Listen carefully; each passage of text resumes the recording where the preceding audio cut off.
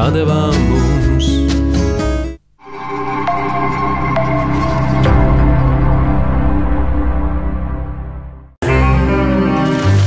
Kamēr vien Midsomeras ļaundari turpinās pastrādāt noslēpumainus noziegumus, inspektoram Barnabijam darba netrūks. Slepkava viņus nogalināja pa vienam. Nedomāju, ka es varētu sēdēt blakus līķim un to nemanīt. Jo katram noslēpumam ir savs atrisinājums. Jūs nedrīkstējat ļaut viņai nomirt. Detektīvu seriāls Midsomeras slepkavības. Sestdienās 9:00 vakarā LTV7 un Replay LV.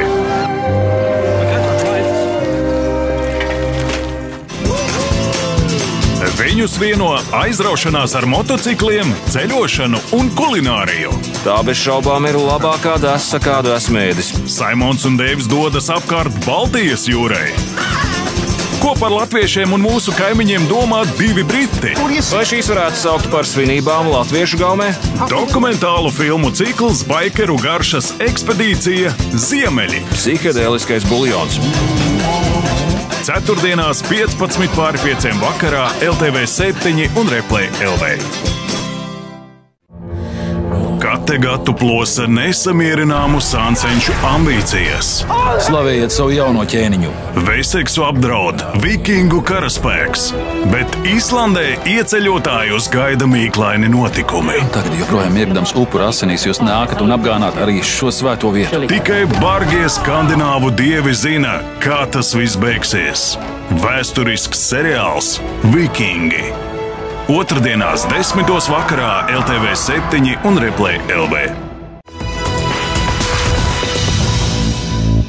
Jaunās sezonas pirmo finālu sākam ar jautājumu būt vai nebūt lielajai balvai. Saņemam papildus spēju. Nē, 3000. Nu tad centīsimies saglabāt tos 3000. Labi, saprotu, ka jūs naudu tērēsiet kopā. Nē. Vai studenti izcels 3000 eiro? Pirmdien, uzreiz pēc padarāmas, tiekamies Vīpiņā.